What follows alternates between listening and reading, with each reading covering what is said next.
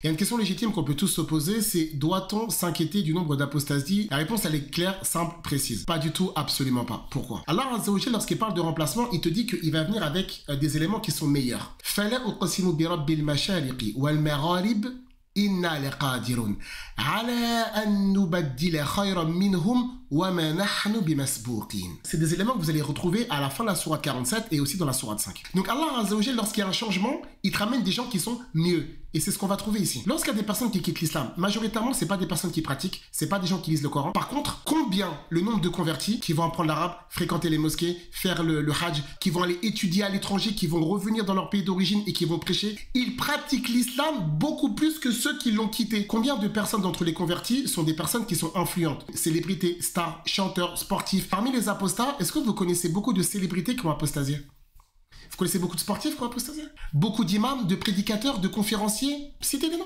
Il y a tellement pas de personnes dans ces cas-là qu'en fait on est obligé d'inventer de faux témoignages. Lorsqu'il y a une personne qui fait des vidéos contre l'islam, ça pousse les musulmans à étudier. Engendrer 50 étudiants musulmans qui vont pas tolérer qu'on touche cette religion et qui vont répondre avec les arguments, les textes, le Coran et la Sunna, au change, on perd pas. Hein. Des personnes qui vont entendre que l'islam est critiqué, qui vont aller consulter et qui vont voir que les critiques qu'on leur a dit n'ont rien à voir avec ce qui est écrit dans le Coran et donc ils vont se convertir. Wa makaru wa makarallah wallahu khayrul makirin. Quoi qu'ils disent, quoi qu'ils fassent, ils sont toujours dans le plan d'Allah.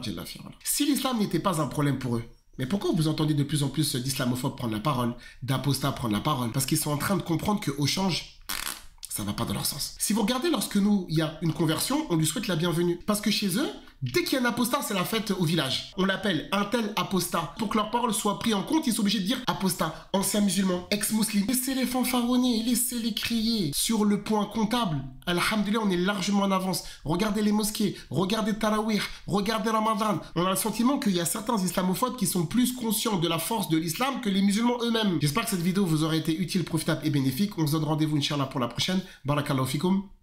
Wassalamu alaikum.